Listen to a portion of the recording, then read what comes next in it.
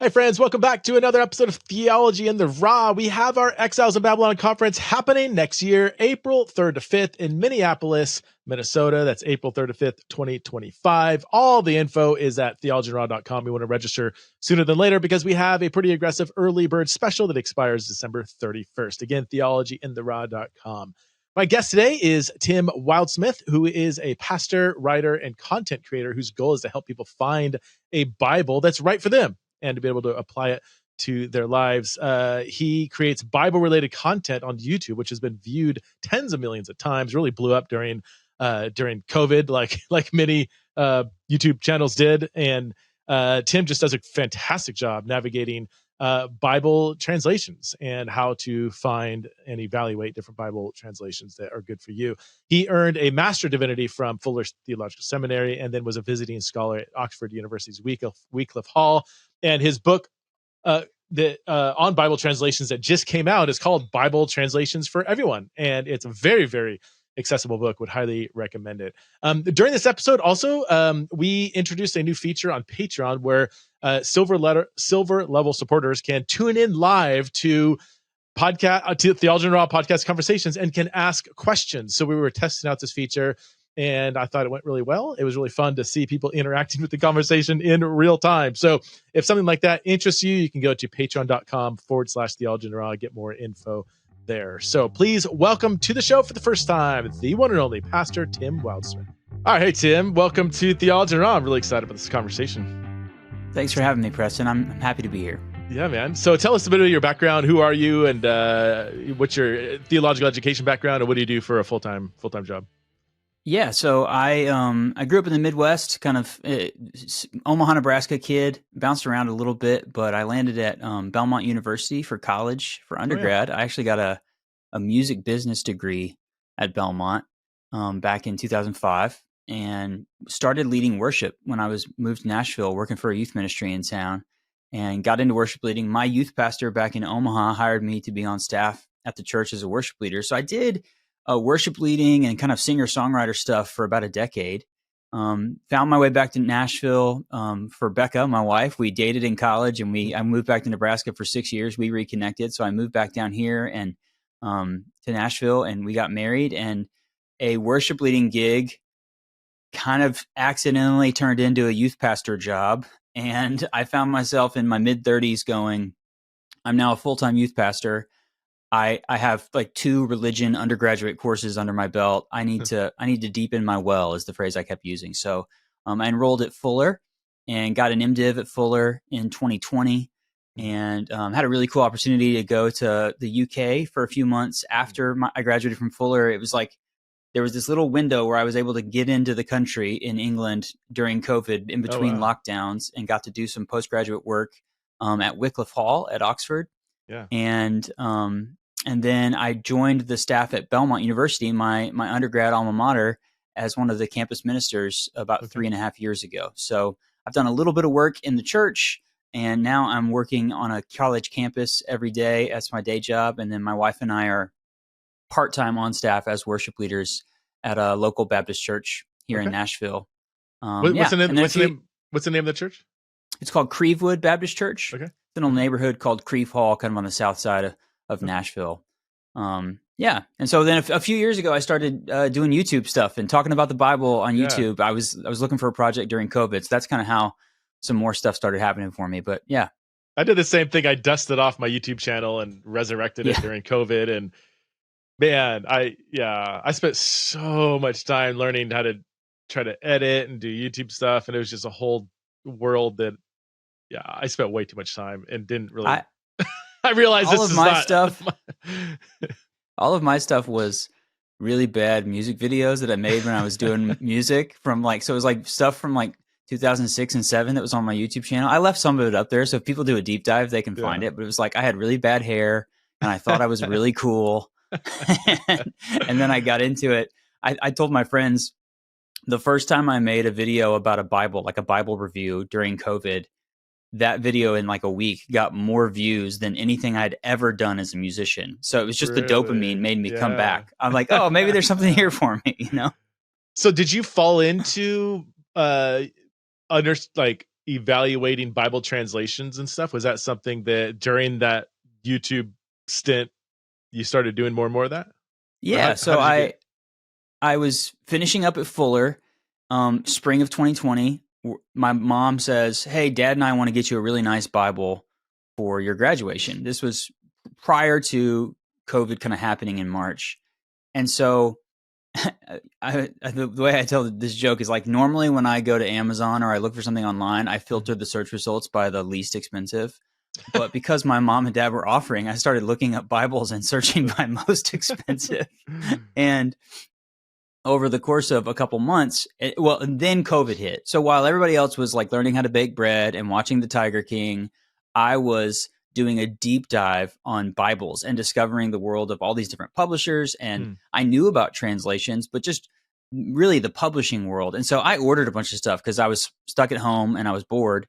And so I started checking stuff out. I found all these Facebook groups, these other YouTube channels. And so I just made a couple of videos. I think it was like April or May of 2020. And people watched them and they commented and they said, "Oh, I'm looking for that." And then I saw these numbers about, people were returning to the Bible because of the pandemic. And I thought, okay, I'm going to help people find a Bible that they can enjoy. So that's what it started out as, just like reviewing Bibles that were being published. Okay. A few months in, a couple publishers sent me Bibles. They're like, "Hey, will you review this for us? We found your channel." And I was like, "Free Bibles? Yeah, I'll review them for you." Yeah. And then over time, I started getting more viewers and people going, "Hey, Tim, okay, send me a message or a comment. Okay, I've watched all your videos. I need to figure out which one of these is right for me. Where should I start?" And I kept telling people, "Well, you need to figure out which translation you want to go with. That's a good place to start." But I couldn't find like one place to send them to really figure out everything about translations. And that's when I started developing my own content about Bible translations. What do you tell people about translations? Maybe we could walk through, like, how, do you go through the different translations and here's a pros and cons in each one? It kind of depends on what the person's looking for, or? Yeah, absolutely. It's understanding the kind of the way that I've been tackling it is you've got textual basis. So like the Hebrew, Aramaic, and Greek texts that are being translated, and those are slightly different depending on which translation you're going with. And so kind of helping people understand that.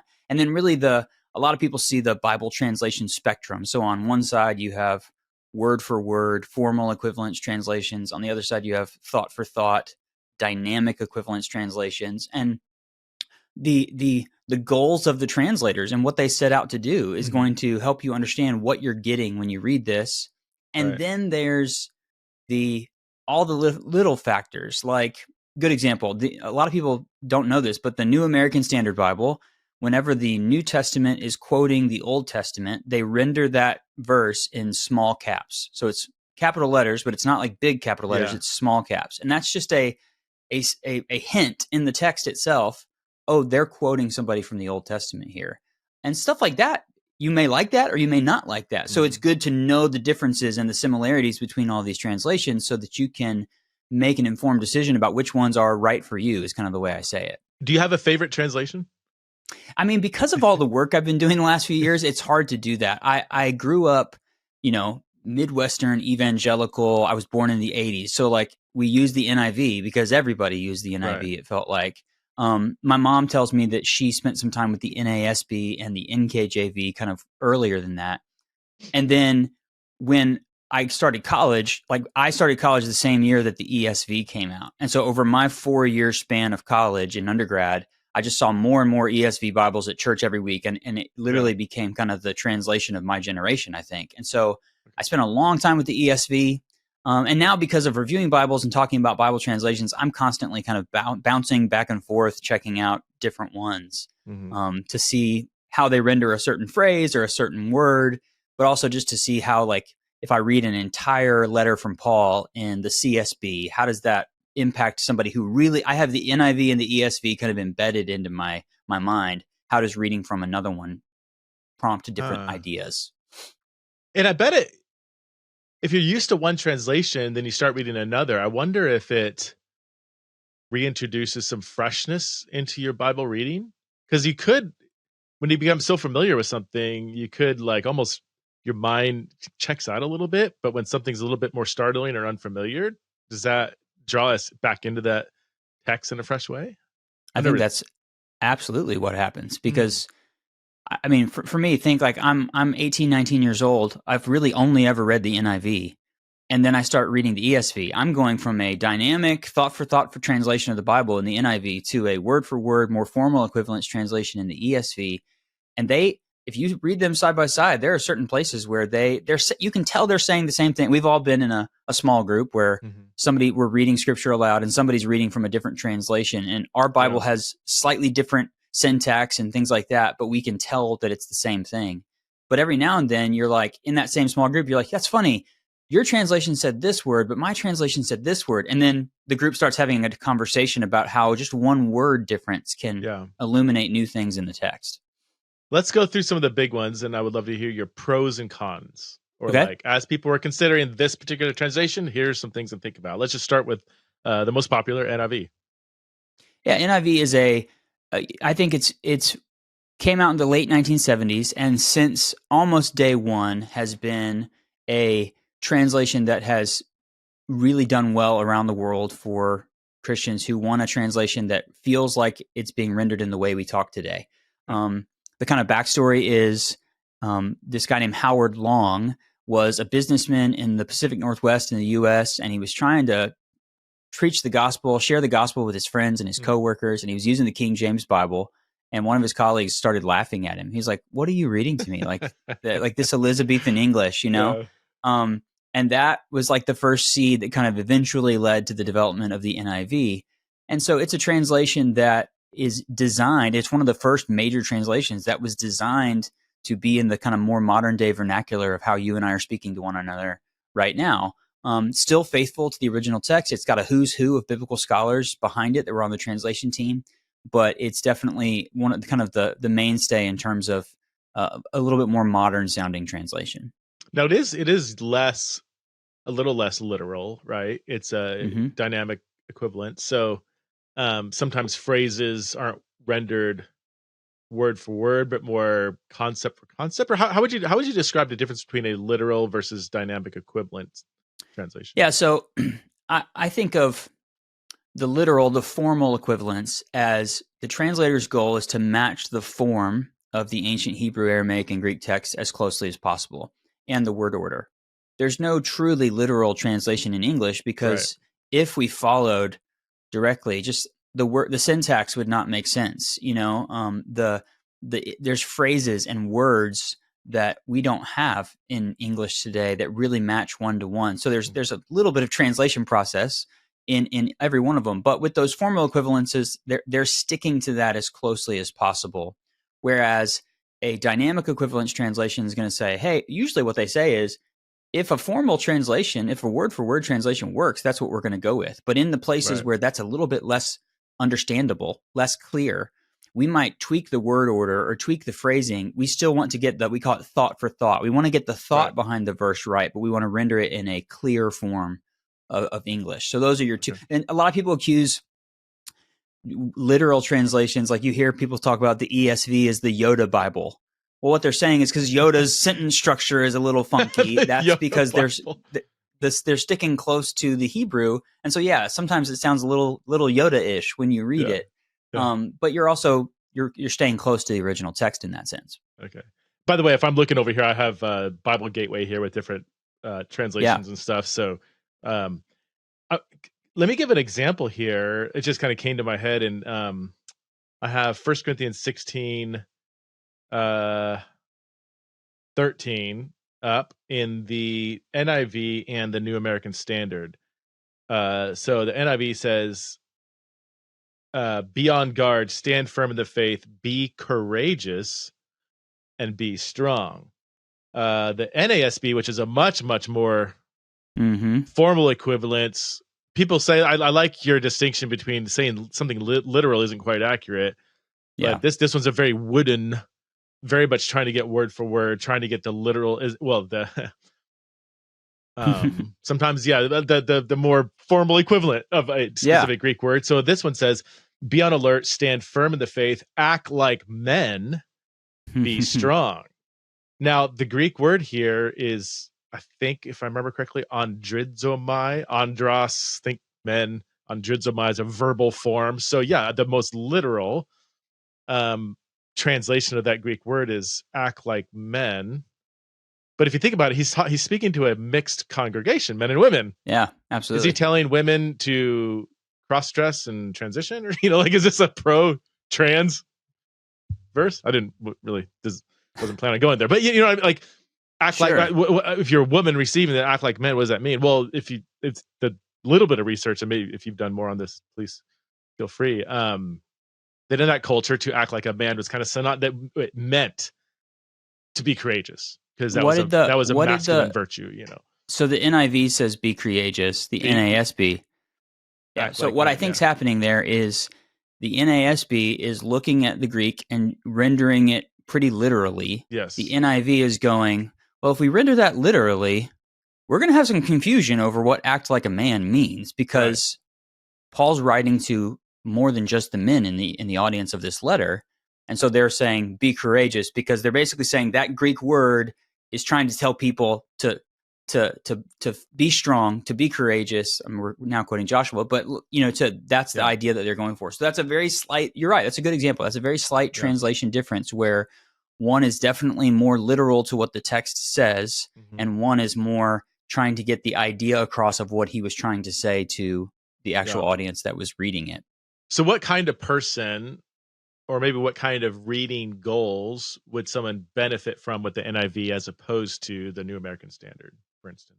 I think that's one of those things where if you are fresh to the Bible, or you don't speak Greek and Hebrew, and you don't have the tools and the resources to go and understand so you might read, if you're reading the NASB and it says act like a man, then you don't have the tools to understand some of the things behind that. Whereas the NIV they're basically giving you a kind of an easier path towards understanding and clarity of what the text meant. Obviously, there's some interpretive work going on there by the translators that you're putting your trust in. But that's the goal with, I think, the NIV, is something that's a little bit more directly clear for everyday readers who might not be coming to the text with seminary degrees and theological studies and stuff like that. Some people who defend a very literal translation like NASB would say the job of the translator is not to interpret the passage, but just to translate it. The pushback to that is, yes, but all translation involves some level of interpretation. Yes. The translator's making translation choices that there's a human element in there. You have a word that's capable of meaning 3 or 4 different things, and how you decide that this specific meaning of this Greek word is what is trying to be. I'm going to convey this in English. You're still making an interpretive decision there. Would you agree with that? That all translations are a kind of interpretation and it's unavoidable, or? Yeah, I think there's a level of interpretive work that's happening in the translation process, because you have to look at these ancient languages and say, how do we render this in English in a way that makes sense for people? But there's words and phrases that don't really have a one-to-one parallel. And so we've got to wrestle with that. And yeah, I think there's a good argument to be made that a literal translation of the Bible is a good call. Like, that's a good approach to take as far as a translation philosophy goes, because it's going to help us stay as close to as the original wording as possible. What I think maybe gets a little bit lost in that sometimes is there's also a level of literalness that is in the way a text feels, and there's poetry in the Bible, and like the different ways that the Bible comes to life, that sometimes when we're just worried about letters and word order, we lose some of that flavor and feel that really helps the text come to life in a new way. And so there's a little bit more wiggle room for a thought for thought translation to try to get towards that feeling of the text, because they're not less concerned with being accurate. They're less concerned with being literal in that sense. Okay. All right. Let's talk about the NASB then. Again, pros and cons to the NASB. The NASB is, I think, the pros that I see in the NASB, again, someone who didn't grow up with it but has started to use it more in recent years, are things like what I talked about with the capitalized letters in the New Testament. So if I'm studying Romans, there's plenty of times when Paul says, as it is written, before he quotes something. But there's also times where he references Old Testament passages where he doesn't really make it super clear. The text then helps us see, he's quoting that. I love the NASB as a study tool because of that feature. Similarly, they used italicized words whenever there is a quote unquote supplied word. So Mm. when the word is not there in the ancient languages, but it's needed in order to be clear in English, or it's inferred, then they add that. But they're just giving you a lot of transparency with the italicized words, the capital letters, things like that. They help you understand. If it's subtle too, like you could read it and it won't distract you. But if you're paying attention, it's like, oh, there's something happening in the translation here that they want us to see. And then the NASB, most major translations have their own proprietary set of translation footnotes. And the NASB does a really good job. Many of the translations do, but the notes do a really good job. If you pay attention when there's a footnote and hop down to the bottom of the page and read it, you'll get a lot of insight about some of the decisions that were made and some of the different readings. There's like critical text notes and things like that will go, okay, so this manuscript actually says something different. Here's what we did in the translation. Those sorts of things can be really, really helpful. I've often found...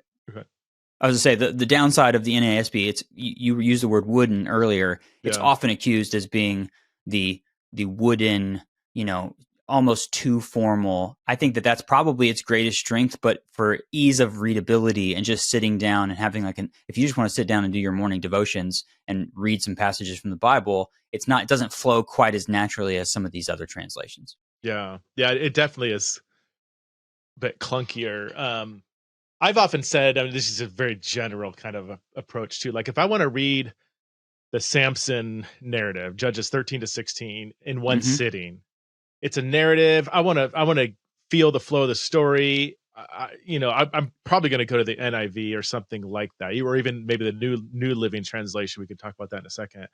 But if I want to do some research on like Galatians 3:10-14, and I just really want to understand this kind of complex argument of Paul, I'm probably going to go to the New American Standard. If I'm really looking for kind of that, I'm looking at how this verse logically fits with this verse, and and what is the original like when I read the New American Standard, I could almost guess, oh, this is probably the Greek word line behind this, because it's usually given a straightforward definition.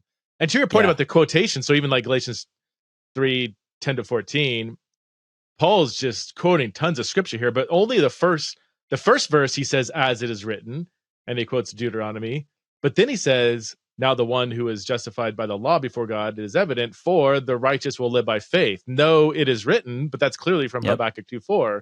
And then 3:12, same thing. The law is not of faith. On the contrary, the one who does these things will live by them, quoting Leviticus 18:5. So he's just doing this complex weaving together these different verses, and sometimes he's even putting them against each other, but he's not coming right out and saying, okay, I'm quoting this verse, it's just kind of embedded into his argument. But all that to say that the all caps makes that really clear. It just tells you. And I was going to say, it's so important, if you, to your point, if you really want to do a deep study. I actually did a video on my channel recently about the best translation for deep study, and the NASB was one of the ones I talked about, because it makes sense. If you really want to dig into what Paul's trying to get at in Galatians 3 and this overarching conversation he's having in Galatians, then you see that, you're going, okay, I need to go figure out what this passage in Deuteronomy was talking about if I want to make sense of Paul's argument here. I need to hop over to Habakkuk, and the NASB makes it really easy for you to do that because of because of the features of the translation. So if you want to dig deep, it's kind of built in to do that. I think it's a great translation for that. My one big hang up with the New American Standard is the name American. I even say that. I said that in the book that I wrote about Bible translations, because I said, I think part of the reason why it didn't get bigger was because they put you have New American Standard Bible and New International Version. Guess which one did really well around the world? It's like almost the name kind of hurts it a little bit. Yeah, and already Americans just we struggle with ethnocentrism, and we're the center of Christianity, and so to have a translation that's named after this country, I don't know. But I guess the counter argument could be, well, yeah, but Americans do speak a certain kind of English that is a little bit different than UK English, and so I guess that'd be the good pushback. I just still think it kind of just fosters the fact that I never even thought about it till I moved overseas, and I was asked to preach, and I'm reading on my New American Standard, and my British audience like, what are you reading out of? I'm like, oh, it's the New American Standard Bible. They're like, what the heck is that? And then they roll their eyes because they're like, oh, Chip, sure, Americans have their own translation, of course you would. when the ESV first came out, I was like, oh, English Standard Version. I guess we're all supposed to use this one now if we speak English. Like that was like great marketing by them, but I had no idea, Yeah. All right, so let's go to the ESV. How does the ESV compare to the NIV and New American Standard? Is it much more of the? I keep saying literal, even though you don't prefer that term, but I mean, I think it's fine. I kind of use interchangeably word for word, formal equivalents, and literal translations. And there's a couple studies that have been done out there that kind of measure the literalness, which I think is interesting. The ESV is going to kind of be somewhere very close to the NASB on that spectrum. It's going to be in the same ballpark. But their starting point it's actually interesting. Their starting point was the RSV. So the ESV, they Crossway licensed the RSV. They obviously go back to all of the original languages and start over from scratch, but comparing and contrasting everything. But it's got some of those same hallmarks, but I would say that the ESV probably has a little bit more. They wanted to honor the poetic tradition of the King James Bible. If you go to Crossway's website, they'll say we are in the line of Tyndale and the King James translators. So I do think it's a little bit more poetic reading, particularly in the Psalms. Where actually my pastor preaches from the NIV, and yet we do a psalm reading every Sunday where one of our church members or attenders comes up and reads a psalm, and we usually read from the ESV because we just like the way they sound in the ESV, but it's not going to have as many of those in-text features. It's a little bit more of a clean, straightforward translation. There's not the capitalized, there's not the italicized words, those sorts of things. Yeah. But one of the other things about the ESV, and I'm convinced that one of the reasons why it's so popular, particularly in America, is because Crossway's done such a great job as a publisher where there's literally an ESV Bible for everyone, from journaling Bibles to preaching Bibles to study Bibles. Like they do such a great job as a publisher. So there's just tons of unique editions.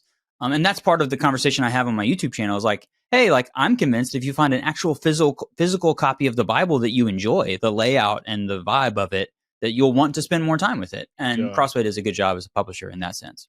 All right, let's get a little bit controversial here. This actually, since we're on the ESV, and I want to actually, I'm going to go here first, but then I do want to end up, I want to have you give a brief history of the RSV and NRSV in relation to the King James, how that came about. Because I think for even a lot of evangelical Christians, they weren't raised in a world that used the RSV or NRSV as much. So the fact that the ESV is kind of linked to that tradition might be something we can just briefly talk about. But this comes from we have some Theology Raw patrons tuning in here, and Rollins wants to know how should gender bias affect choosing a translation? For instance, the ESV inserts male pronouns in Romans 12, 6-8.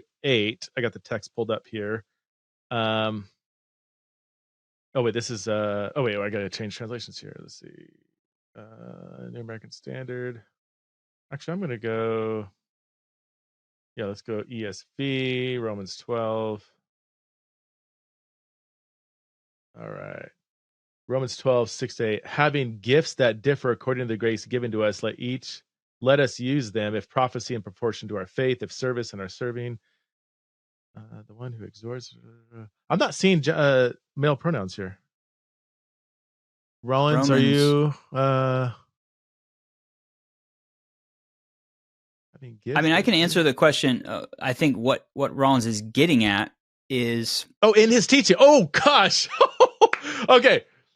Okay, verse 7. If service in our serving, the one who teaches the only. So once it mentions teaching in his teaching, the one who exhorts in his exhortation, because these are kind of the one who contributes in generosity. So no male pronouns there. The one who leads with zeal. So the one who does acts of mercy with cheerfulness. So there's male pronouns. Yeah. So I don't know if you have the Greek in front of you. I don't have the Greek. I don't have it in front of me. Is there translation bias going in there? My bigger question was the ESV does get pegged as having a complementarian bias because all, I think, of its translators are complementarian, which could affect one's translational decision, whether you, how you translate some of these debated passages. I'm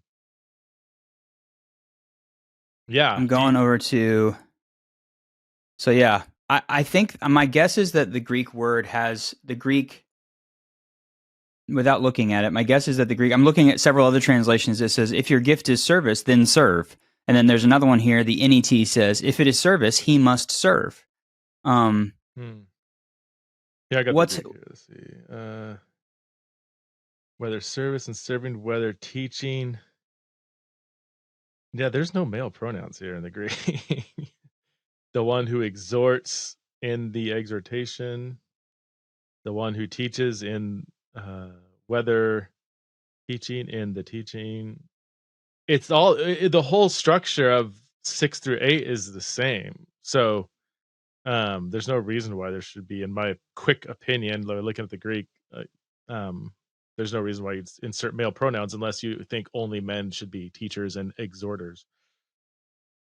But people can fact check. I mean, yeah, I'm just looking at it briefly here. But do you feel like the ESV does have a bias, a complementarian bias?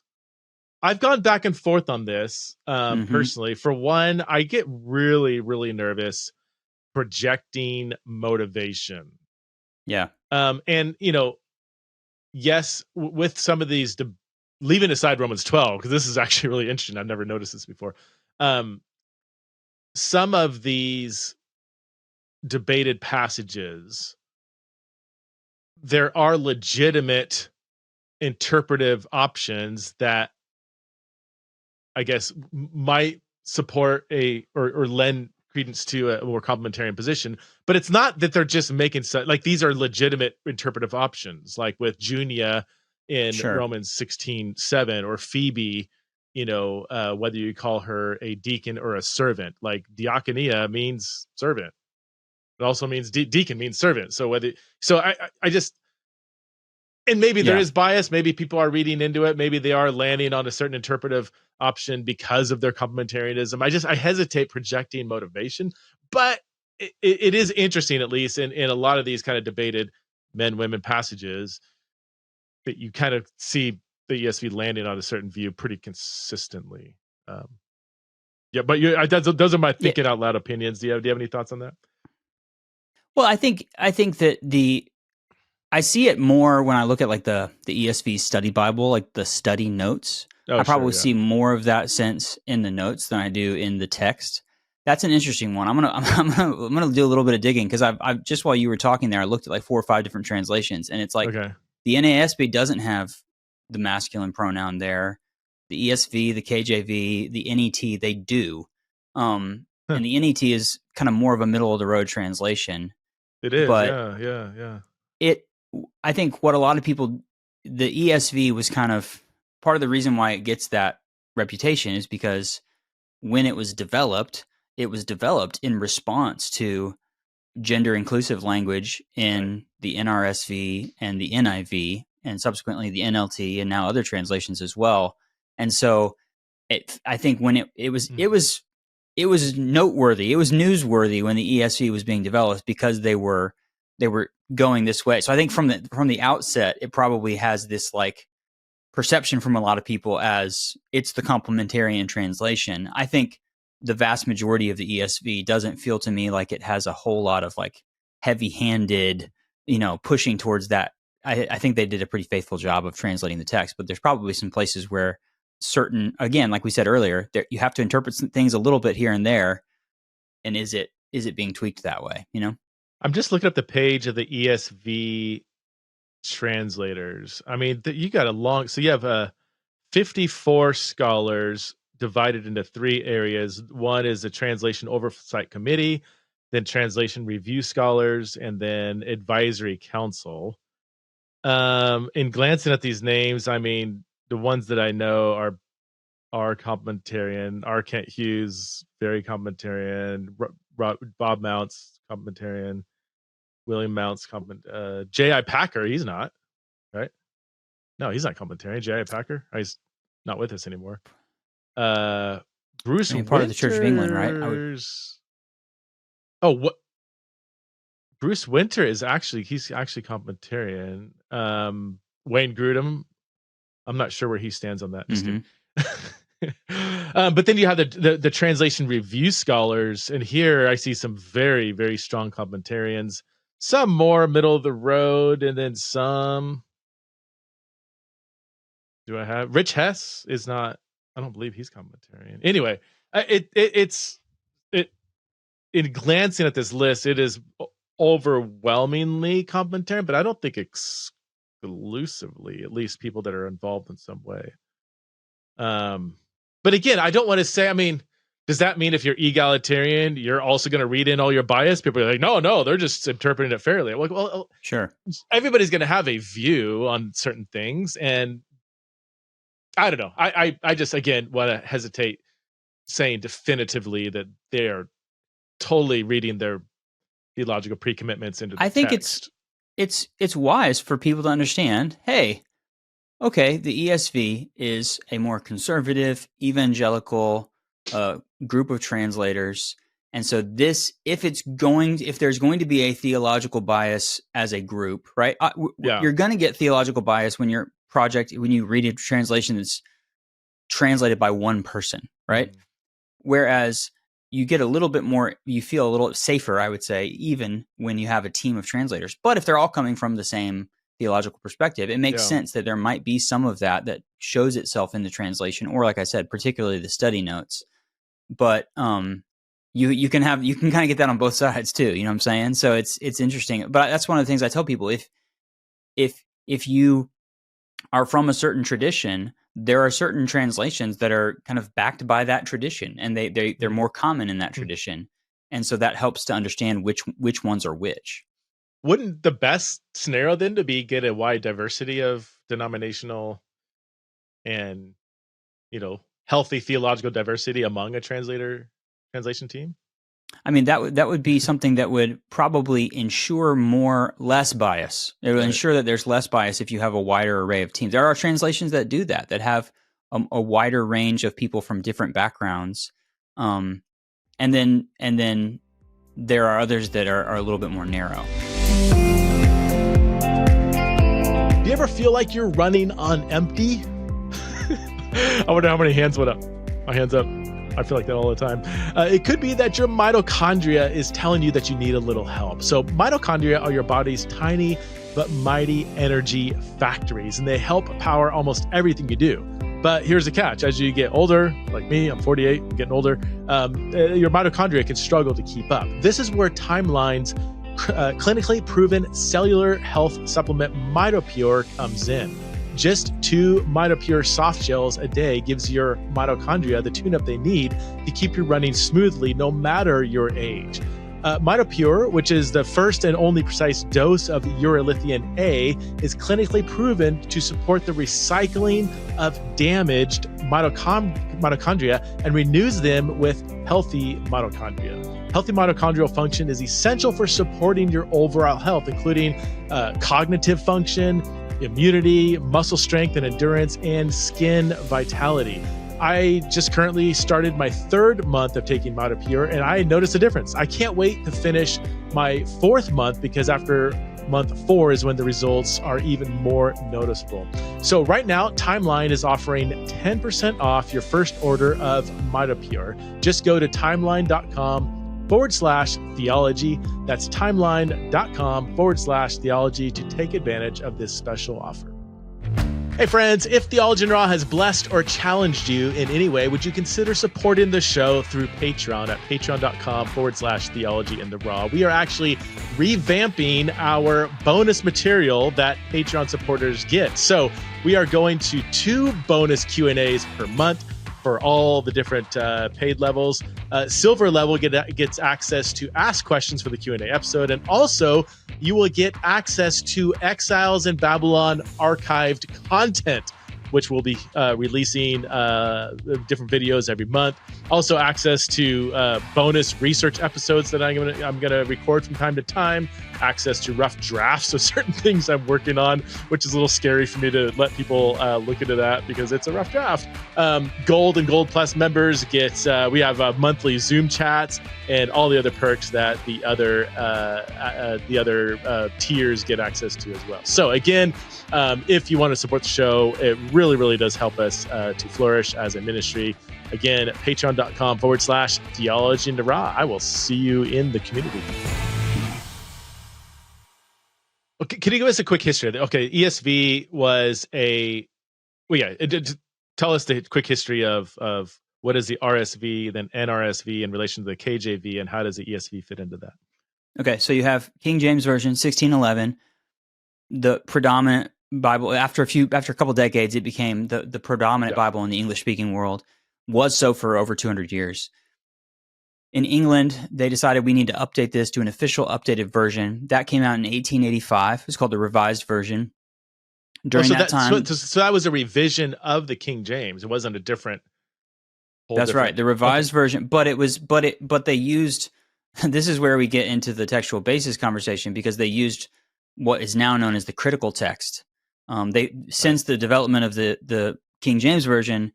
Lots of new manuscripts in the Greek translation world and the Greek New Testament world were discovered, full codexes that were now.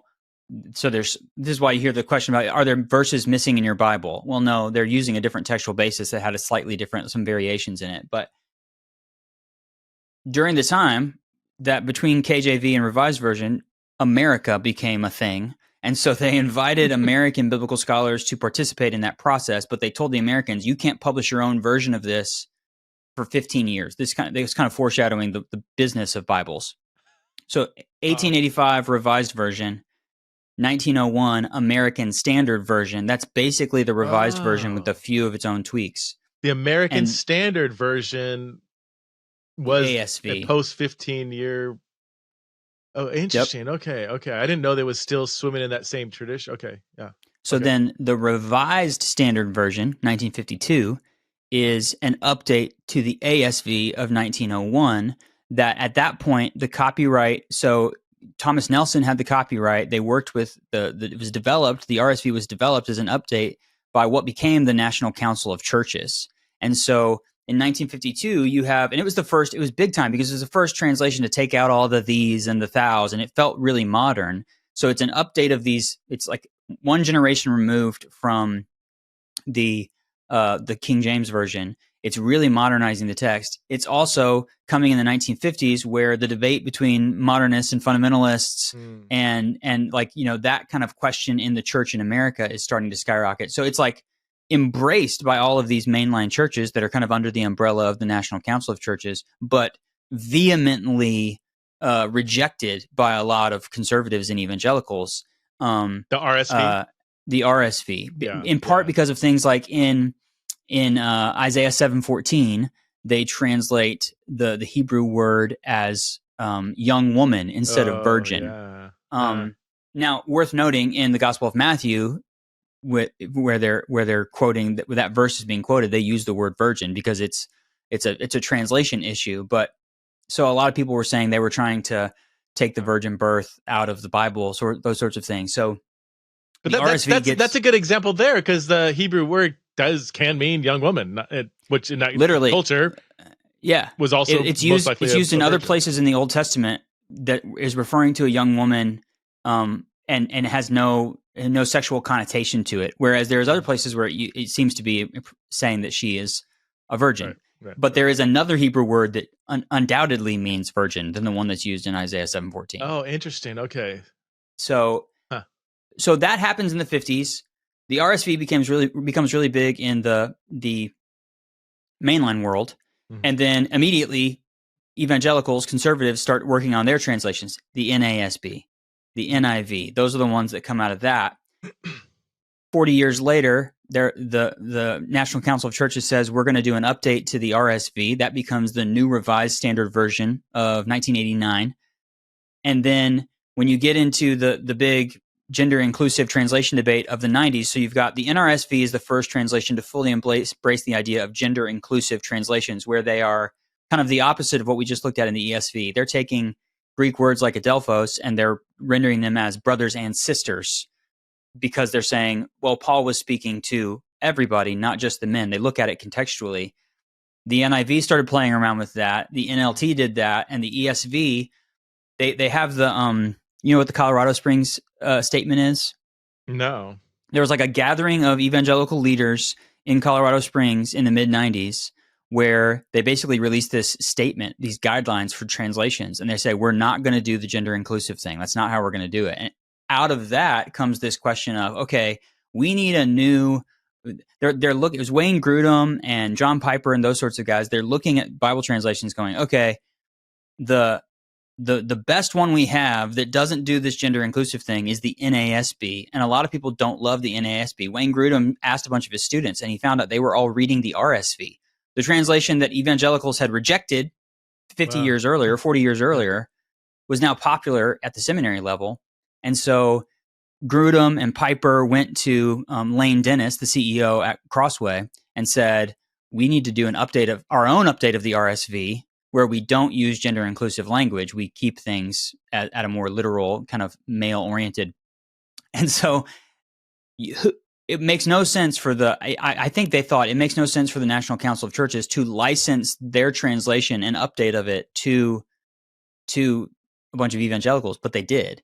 So now you have the ESV, which is easily the most popular literal word-for-word formal equivalence translation of the Bible for evangelicals. And it's over 90% identical to the RSV from 1952, which they roundly rejected for being too liberal.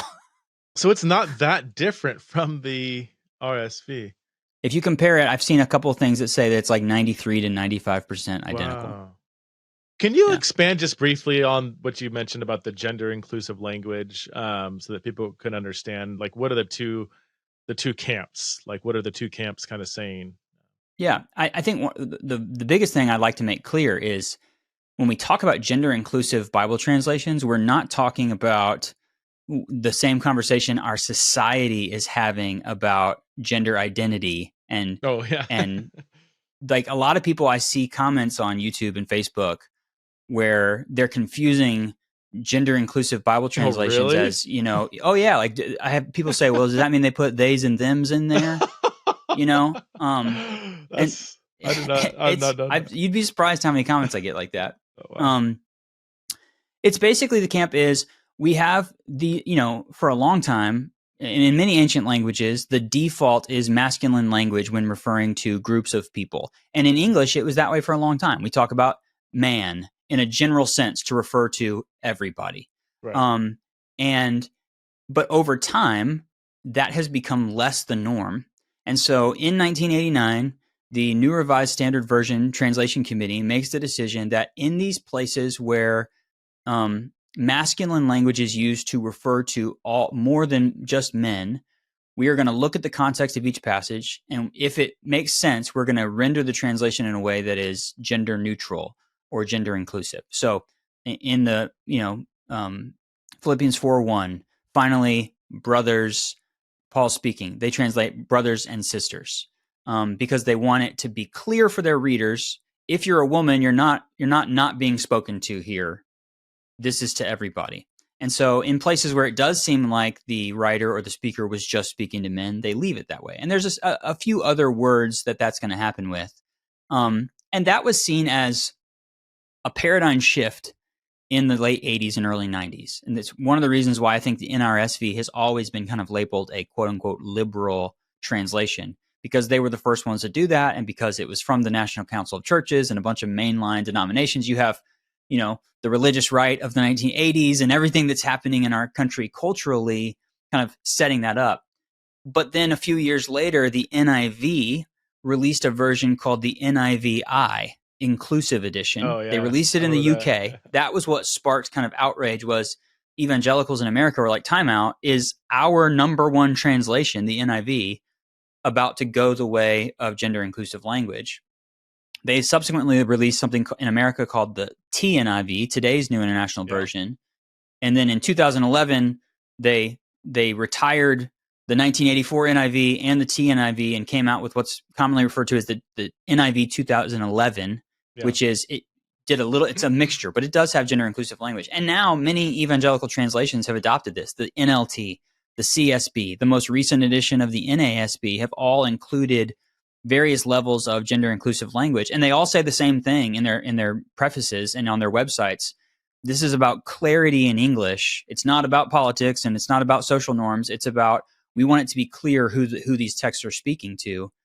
But then you have other translations, the ESV, the NKJV, the LSB now coming from MacArthur's camp, kind of in the NASB world, who are saying, no, we're going to leave LSB? it. The LSB, the Legacy Standard Bible. Are you not familiar with that? I have not heard of this. Okay. The Legacy Standard Bible. I don't want to slow you down. Okay. Yeah. Those translations say we're going to render it literally because that's our translation philosophy, and we're going to usually what happens is here's what's crazy. If you look at the ESV, when you read the word, I think it's the first time it appears in the book. The translation of anthropos says brothers in the ESV. There's a footnote down at the bottom that says, or it could be brothers and sisters. So they're not arguing with the fact that it was probably written to both male and female. Right. They're just translating it literally. Whereas in the NRSV or another translation, it's going to say brothers and sisters. There'll be a footnote that it says it literally means brothers. So the notes give you all of the transparency. Right. Most, I think, translators agree that these passages were not written just to the men, but that's become the hot button issue: is do we render it in the actual text of Scripture as it's written, or do we update the rendering in Scripture so that it's clear in English? But if you think about it, if you think about it, if your translation philosophy is that functional dynamic equivalence, clarity in English, it makes sense that you might want to do that. And if your translation philosophy is adherence to the original text, it makes sense that you wouldn't. I think it's good that we have translations of both kinds. Yeah, so the argument on each side, to translate adelphos, which means brother, the Greek word for brother, people would say, well, if you say brother and sister, you're now introducing an interpretation. The word simply means brother. Yes, it's being addressed to a mixed group, just like I might come into a room and say, hey guys, when there's several women there. But guys means God. Like that's more of a conceptual interpretation, not, actually you shouldn't render the word that way in a translation. The other philosophy is, no, it actually does mean since it's addressed to a mixed congregation, it doesn't actually mean males, it is a generic term for all people. I get, So you would say, hey, both are using different translation philosophies. Both are basically legit. I think that I find the explanation, none of these translations that are adding and sisters for that word are not addressing it. They're explaining their process behind it. And again, in terms of the translation philosophy, it makes sense to me. But I also don't have a problem with the ESV choosing not to do that. Their rationale, it's just a different perspective that you can look at the same issue from two different lenses. And I think both of them are rational reasons for choosing to do what they've done with the translation. And part of it too is like the English language, just on a sociological level, changes too. Yeah. Like even now, like I actually don't typically say, hey guys, very often anymore. 20 years ago, 10 years ago, 5 years ago, wasn't a big deal. But now our society has shifted to where there is a bit more sensitivity to various subtle forms of, for lack of better terms, male centricity or male domination or whatever, So I think there is maybe a bit more of an intuitiveness to that. So given the fact that our society is now maybe viewing language slightly differently, and people could say I'm not making a value statement whether that's good or bad. I'm just saying it is what it is. That a translation could say we want to update our target language, in this case English, to conform to the way it has socially kind of developed a little bit. I mean, you can see a snapshot of that if you go to King James Version, right? If you and I pick up the King James Version and read today, it's not going to make sense to a lot of people because of how old the language is, because the language has changed so much. Now that's been 400 and at this point 413 years. Mm-hmm. But we still see some of those more compressed timelines. Many of our translations will make tweaks every 5 to 10 years because some things are just outdated, So yeah, I definitely think that's the English language changing factor is the biggest factor in that one, not politics, Okay. Yeah. All right, here's another question from a Theologian Raw community person. Phil wants to know, what is your opinion of Bibles without verses and chapters? I have seen a couple of these come out. It feels so different, doesn't it? Like I just kind of thumbed through it. I'm like, whoa, this just feels different. But that's how the Bible was originally written for hundreds of years, right? Yeah, I've got a couple sets. This set behind me is the Bibliotheca set from my friend Adam Lewis Green, which is actually an updated version of the American Standard Version, the ASV from 1901 that he used.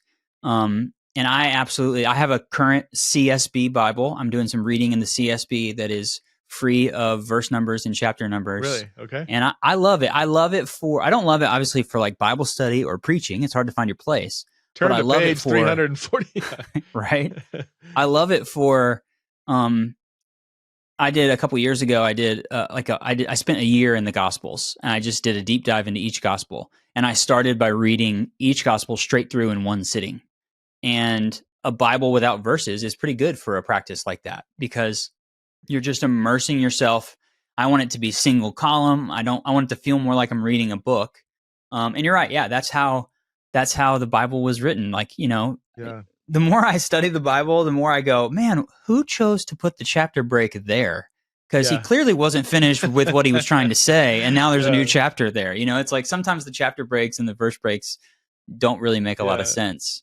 But I think those are a unique tool. Again, grabbing a physical Bible that's different, that kind of breaks you out of the norm, those sorts of rhythms in our lives, I think will help us re-engage with Scripture in a meaningful way. Yeah, that's good.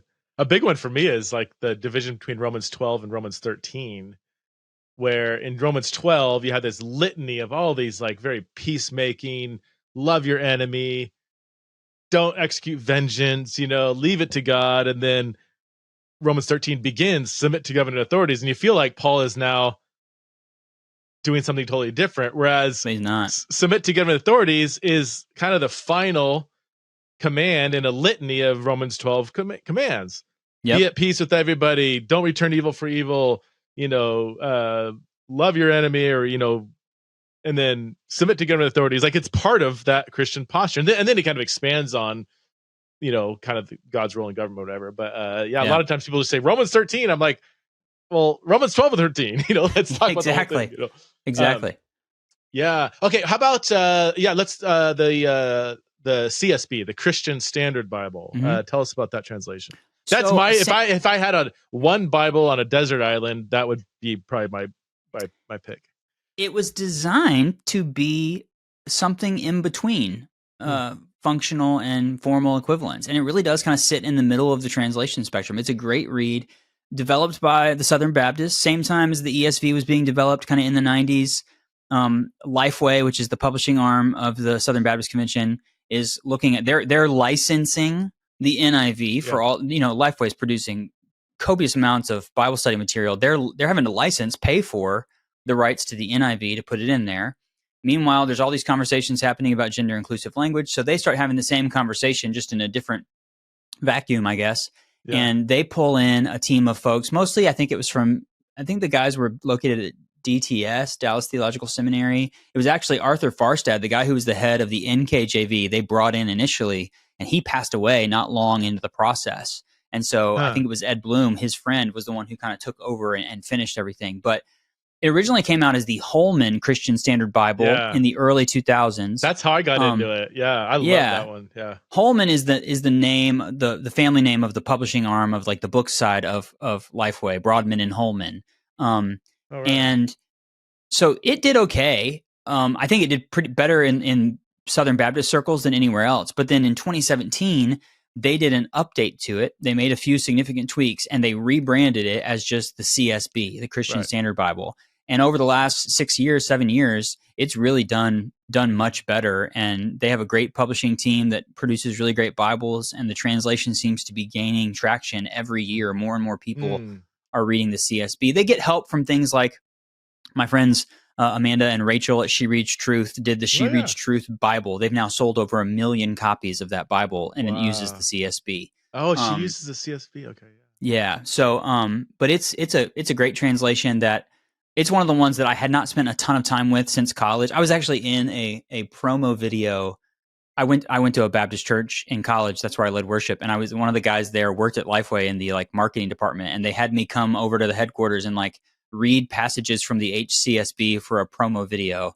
I remember like thinking I was so cool, and I had a goatee at that time. And I wish I could find that video online somewhere, but, I didn't spend a lot of time with it until I started reviewing Bibles on YouTube and stuff like that. Okay. And now I'm like, man, this is a great, like you said, it's a great translation. Similar to what we talked about, the NASB. They use small caps in the New Testament when it's quoting the Old Testament.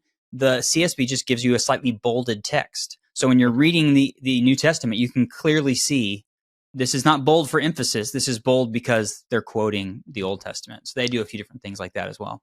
I got turned on to the HCSB, the Holman Christian Standard Bible, years ago by a scholar named Scott Hafeman.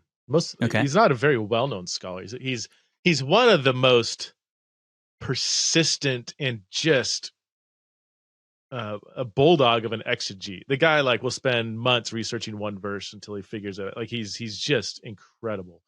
And I was part of a group of pastors that he was kind of a theologian, kind of oversight or whatever. Anyway, he started raving about the HCSB. He's like, this is the best translation I've ever read.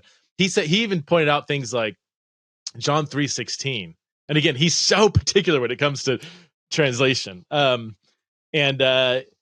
For God so loved the world. He's like, the Greek word hutos does not mean so. Like he so loved it. It means in this way, and it's linked to John 3:15.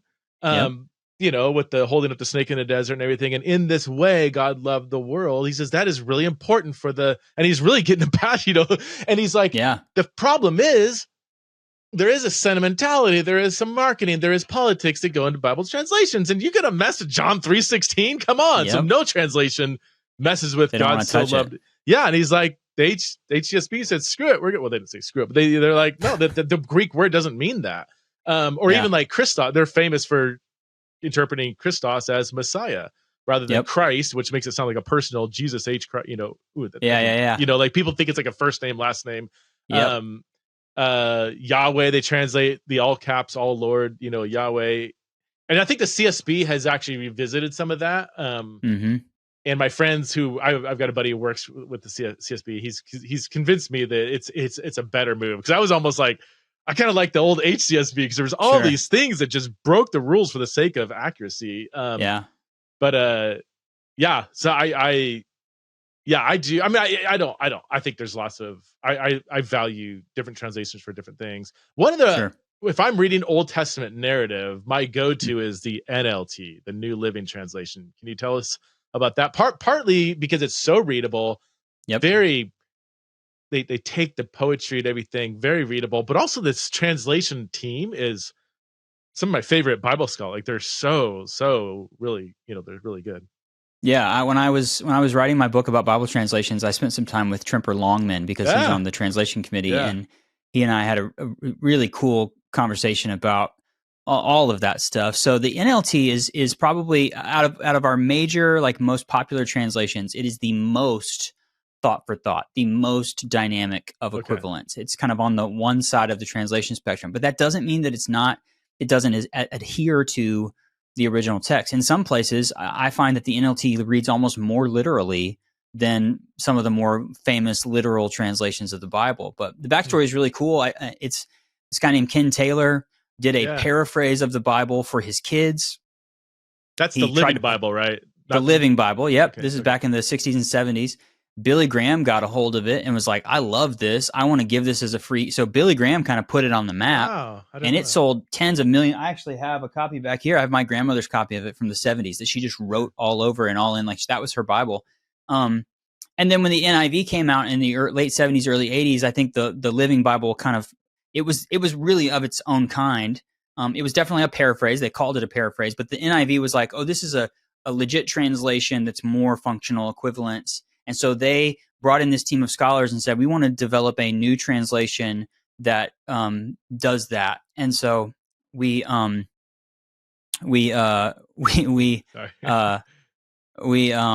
put together a new translation starting from scratch, and that was the NLT. So it came out in 96 and very easy to read. It sounds like the way you and I are talking right now.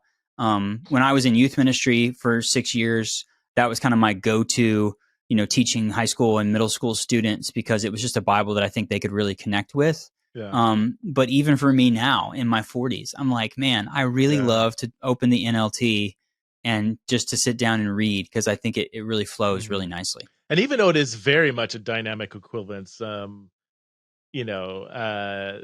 are some liberties taken with, I don't even say liberties, because that almost sounds like they're doing something sinister, but like their translation philosophy is much more thought for thought. How can we render this in a very, very readable, engaging English? But because of the list of scholars that are going into this, they are not like they know Greek and Hebrew and Aramaic better than anybody else. They're actually trying to render. If Paul were here today, how would he say with while resonating with what he did say, how would he maybe say it today? So it's a very trustworthy translation, even if it does feel almost like, gosh, it seems like they're being kind of loose with the text. Again, that's not their purpose.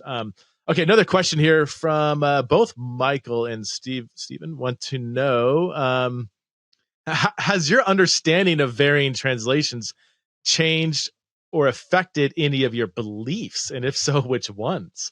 Have you had a belief shift after coming across a different translation of a certain passage or series of passages? That's a good question. I don't think so. I don't think that I've like found anything that's like totally, because we're not talking about, one of the things I tell people when I say find a Bible that's right for you, I'm not saying you can find a Bible that'll say whatever you want it to say. I'm recommending what I would believe are translations that are kind of in the parameters of orthodoxy. Obviously there are going to be some different perspectives on certain renderings in certain places, but I think for me it's more about, if I jump over to this translation and read the same verses that I'm studying if I'm starting from a literal translation, I jump over here to a more thought for thought translation. How does that rewording or rephrasing help me connect with what the text is saying, what it means, and what it can mean for me in my life if I'm trying to, put this into. So that's the process I go through. Yeah. All right, one more question. This comes from Tim. He says, I've experienced some people struggling in their faith when they first find out about all the different translations. This is a great question. Worried about not having the true Bible. Like, if there's so many different translations, what does this mean? Like, isn't there just kind of one Bible? How would you maybe speak to somebody that the fact that there's so many translations has caused a disruption in their faith, or maybe somebody else knows of somebody who is in that place, and how would you counsel them talking to that person? I think what I would say is that my research and the history of Bible translations unfolding, when you understand the historical context of the world of English Bibles, it starts to make more sense why we have so many different ones. Because you have a pocket of people over here who are working faithfully to do something. You have a pocket of people over here. And if you look at even our churches today, right, we have so many different denominations. We have Protestants, Catholics, mainline, Orthodox, all of the different subgroups underneath it. It makes sense that certain pockets of people are going to have a slightly different perspective on a theological issue. And one of the things I loved about going to seminary at Fuller was that I was in an ecumenical space where I remember there being a class where we were in a group and we were supposed to like read this text and talk about what it meant. And I was in a group with 5 or 6 other people, and I was like, I don't even remember what verse it was, but it was like, obviously I know what that means. I've been reading that Bible since that verse since I was 7. And then I started listening to other people, and they were saying what this verse meant to them. And it was things I would have never thought of. It's like they're if we're standing there looking at a mountain, they're looking at it from a different hilltop than I am. And it really illuminated the text for me. And I think that's what I would say about translations is what I'm seeing is really faithful work done by good people who care about God's word. And we have lots of different options. And sometimes that can be really confusing, but I do think it's a good thing at the end of the day that we have different versions to choose from and to use in comparison with one another to help us understand the Bible. And yeah, there are a few out there that are a little weird that I don't recommend, but I definitely think. Which one's weird that you don't recommend? I got one of mine. I don't like to do like negative clickbaity videos on my channel, but I've got one in the hopper that's about the Passion Translation, which I have a lot of people who say, will you do a video on the Passion Translation? I love it. And there's a lot of videos out there about the background of that translation that just, it's a little bit suspect to me. I got in a lot of trouble on my channel recently when I wouldn't say I endorsed, but I did endorse Eugene Peterson's The Message because I think it's an interesting project. After reading Wynne Collier's book about Eugene Peterson, I went back to it a little bit and I was like, oh, it's quirky a little bit. It's definitely one man's work, but I think it's really interesting. And there are certain places where it has helped me. The same thing, reading it has sparked new ideas for me as I study the text. I think Eugene Peterson was clear in kind of what he was trying to do and not trying to do. So it wasn't intended to be translation per se, right? I mean, it was more like if Paul were here today, how would he communicate this message in a completely? Yeah, I mean, he said he was a pastor at a church in Maryland. He's like, I want to put the Bible in the vernacular of the people who come to my church, and I think Wynne engaged a little bit in my content about this, the author of the book, and he said Eugene thought that how we define translation versus paraphrase is a little bit murky. Like, technically, he did go back to Hebrew, Aramaic, and Greek and translate. So by definition, it's a translation. Also, by definition, it feels like a paraphrase because of the way he chose to do it. So I think it's kind of in a weird gray area between those two. I don't recommend The Message as anyone's primary Bible on a day-to-day basis, but more as a secondary resource to help you kind of think about it from a different lens. And people don't realize, they know him as a pastor, a thoughtful pastor, but he was early on, I mean, on a track to be a Bible scholar. He got like an MA in Hebrew. I mean, he's very, very well versed in Hebrew. He got into one of the top Old Testament Semitic PhD programs, I think at Johns Hopkins, and he decided he was focusing more on ministry, so he didn't do it. But I mean, he's not just, it's not like he just had a year of Greek and Bible college or something. Like he really is scholarly, pretty capable. So the Passion, real quick, and I'll let you go. For those who don't know what the Passion is, what is the Passion Translation, and what are your maybe some honorable critiques of it? It's a translation. I can't even think of the guy's name. He basically said that God came and spoke to him and told him to make this translation of the Bible, and it's very much a paraphrase feeling translation, very, very, very, I would say, loose on some of the translations. And even that right there, like just the videos you watch of the guy who did it talking about how the process went, it just, to me, it's just kind of, it has a bunch of red flags that kind of get sounded off. And I can't think of a specific passage that I've read, but I have a couple friends in the YouTube world who've done videos about, specific things that it says and places where it says, look at this versus look at the NIV. We've got some problems here, and I think when you sell the thing as this is God's gift to us through me, that's a little bit sketchy. Endorsed by Bill Johnson, Bobby Houston. Yeah, I think it's something like he doesn't know Greek or Hebrew, but he was like translated up into heaven or something, and God gave it to him or something. Yeah. Is that? Yeah. Yeah, it sounds a little sketchy, but I don't need to know Greek and Hebrew. I just hey man, really appreciate the conversation. And again, the book is Bible Translations for Everyone, a guide to finding a Bible that's right for you. What I love about this book is when you say Bible Translations for Everyone, it is a very, very easy to follow. I mean, you got like cool pictures of old manuscripts and stuff in here, and it's just written in a very easy to understand. Most books on Bible translation and textual theory and stuff that I've read are very technical and scholarly. you don't sacrifice any of the scholarly precision here, but it's incredibly readable. So highly recommend it. Thanks, man. When I first got reached out to by my editor, Dale, he said, do you have any ideas for books? I said, I'm working on this video series about Bible translations because so many people ask me about which translation fits for them, and I can't find one resource that will help them. I have all of these academic books that I don't think normal people are going to read. And so my initial pitch to him was, what if it was like a book for normal people about the differences and similarities between all these different Bible translations?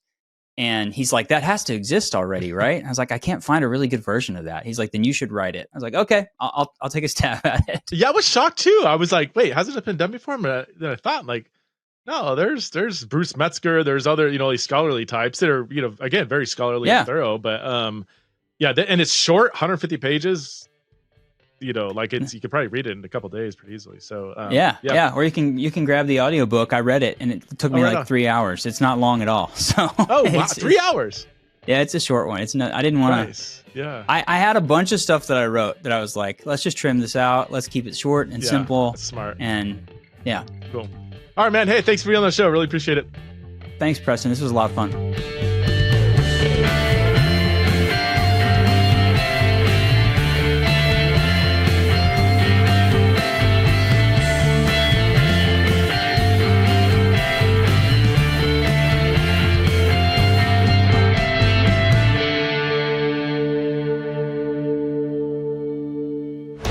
This show is part of the Converge Podcast Network.